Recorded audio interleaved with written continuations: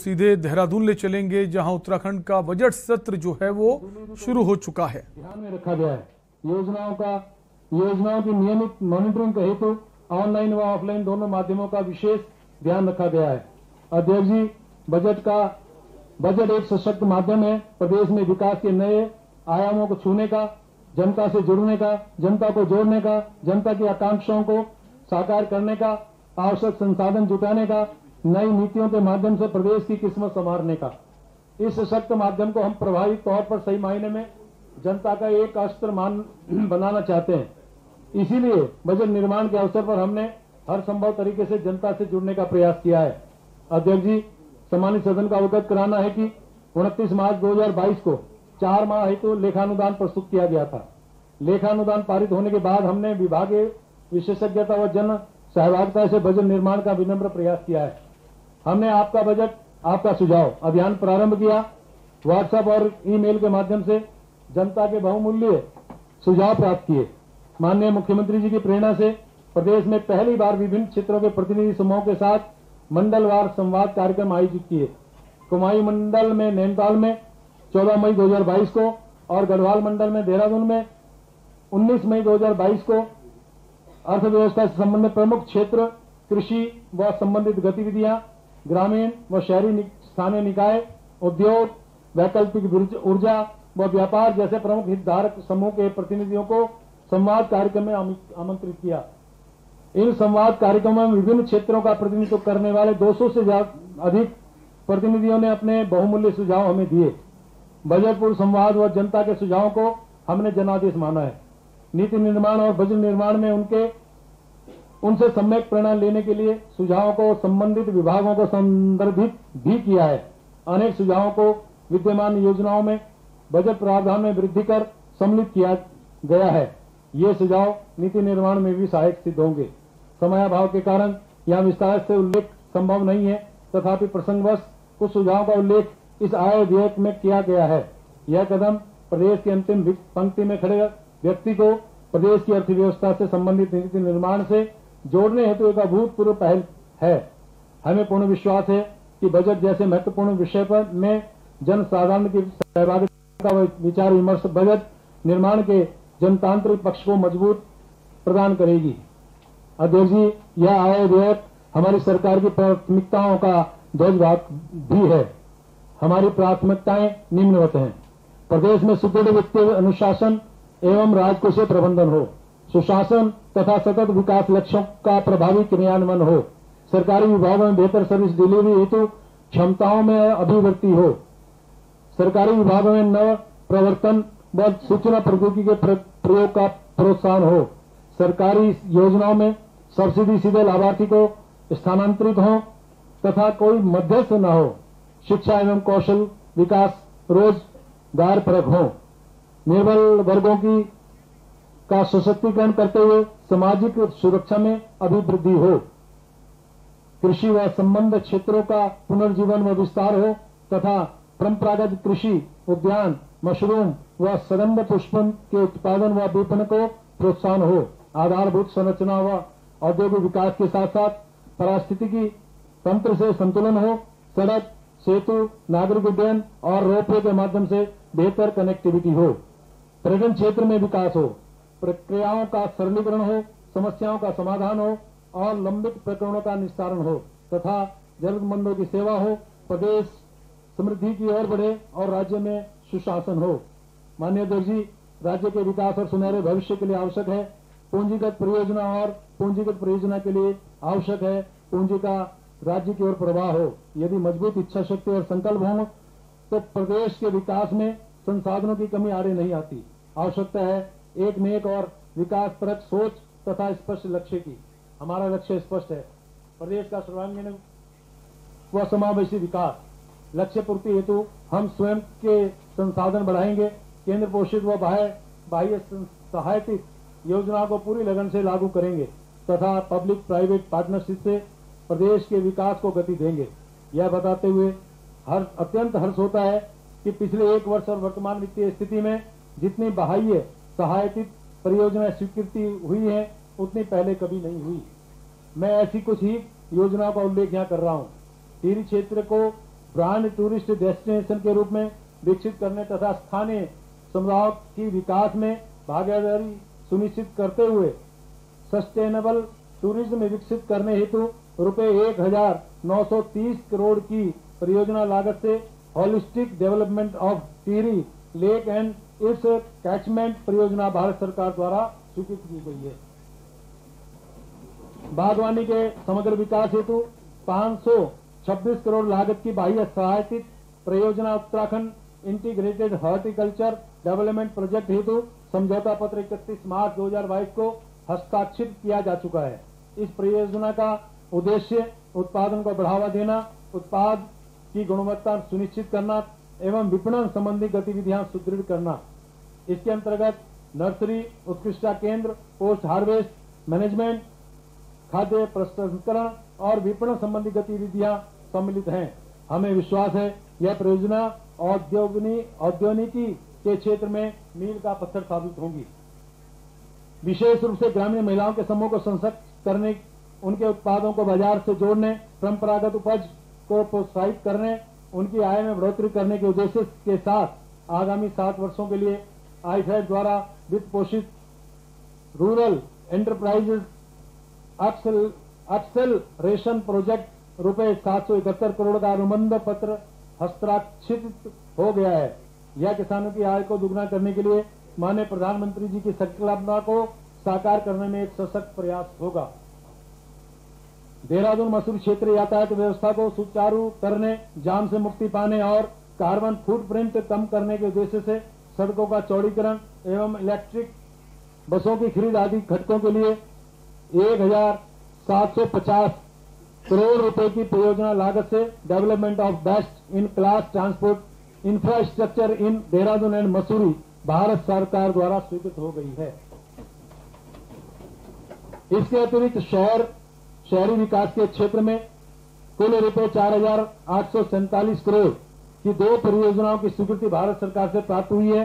2,025 करोड़ की integrated urban infrastructure development in Haldwani परियोजना की स्वीकृति दिनांक 29 दिसंबर 2021 को प्राप्त हुई है तथा 2,812 करोड़ की urban infrastructure development of secondary towns की स्वीकृति दिनांक 23 दिसंबर 2021 को प्राप्त हुई है।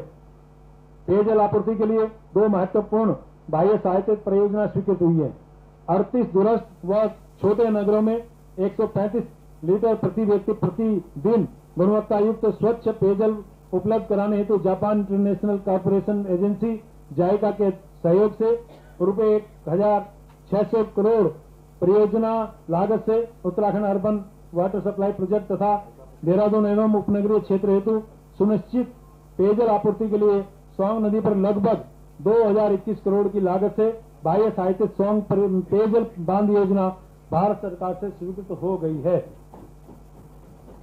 900 और यहाँ रुकेंगे एक ब्रेक के लिए, फौरन लौटेंगे। आप देख रहे हैं के न्यूज, खबरों का सारथी। ये लो बेटा, तुम्हारा नया टीवी। Thank you. और अम्मा राम राम। अरे अम्मा, ये लोग क्यों बोलते हैं मोदी जी मेरा परिवार? देख, मोदी जी ने तेरे दादाजी का ऑपरेशन करवाया, घर में पानी, बिजली, गैस, टॉयलेट सब लगवाया। नहीं समझा? इधर आ, देख बेटा, जो परिवार का होता है उसका घर में नहीं दिल में रहना जरूरी होता है। दुख दर्द को बहुत निकट से अनुभव किया है, एक परिवार के सदस्य के रूप में काम कर रहा। सही है अम्मा, मोदी जी मेरा परिवार।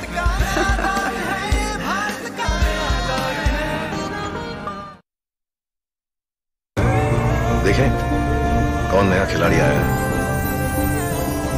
समझा देते हैं, प्यार से समझाएंगे।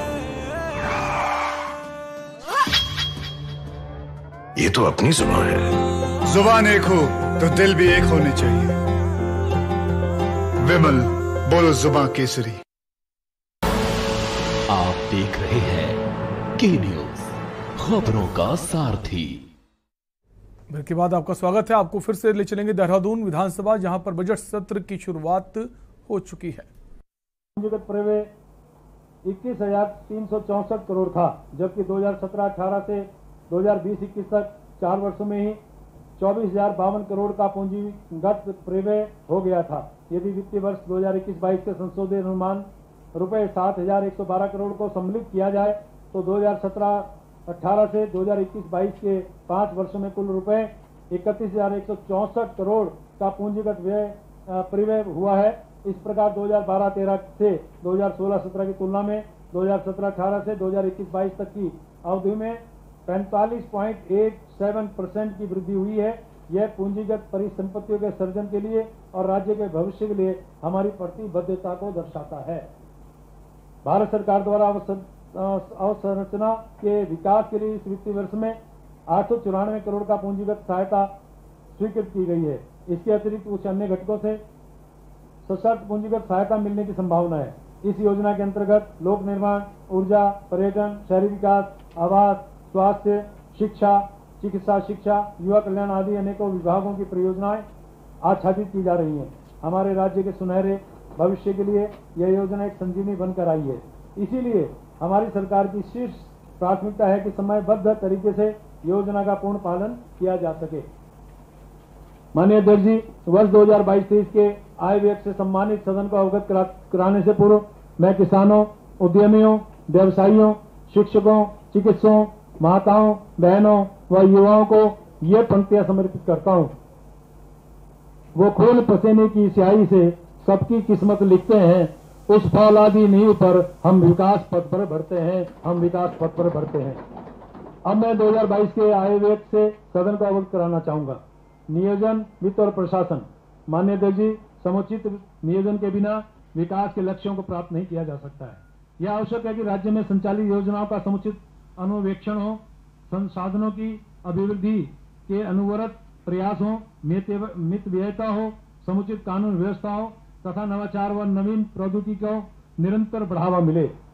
ई गवर्नेंस प्रणाली के अंतर्गत राज्य में विभिन्न विभागों में संचालित परियोजनावार कार्यक्रमों की वित्तीय एवं भौतिक प्रगति की ऑनलाइन पोर्टल ई आकलन से समीक्षा की जा रही है।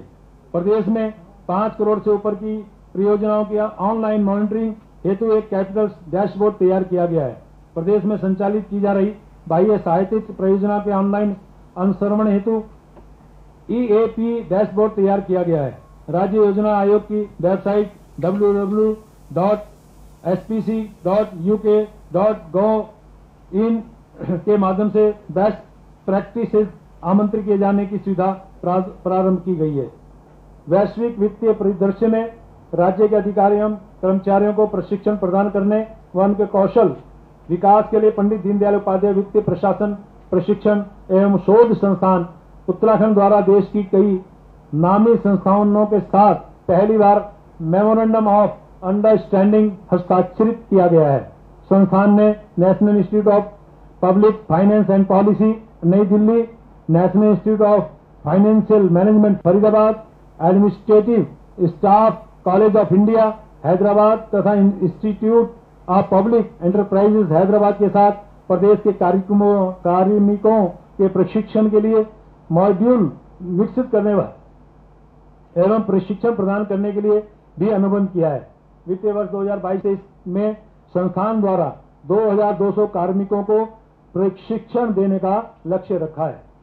माननीय अध्यक्ष जी, राजस्व अभिवृद्धि के परिप्रेक्ष्य में राज्य कर विभाग के तत्वाधान में विभिन्न नवाचारी प्रयास किए जा रहे हैं, जिसमें सूचना प्रौद्योगिकी का अधिकतम प्रयोग किया जाना प्रस्तावित है।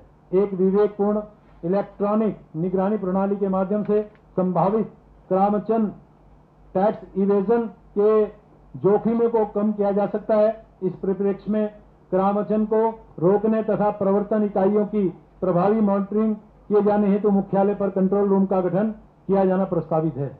ई वे बिल प्रणाली के विश्लेषण को प्रभावी बनाए जाने हेतु राज्य सरकार पर automated number plate recognition system परियोजना के माध्यम से video analytics and image processing के द्वारा सूचनाओं का डाटाबेस तैयार किए जाने का कार्य प्रस्तावित है।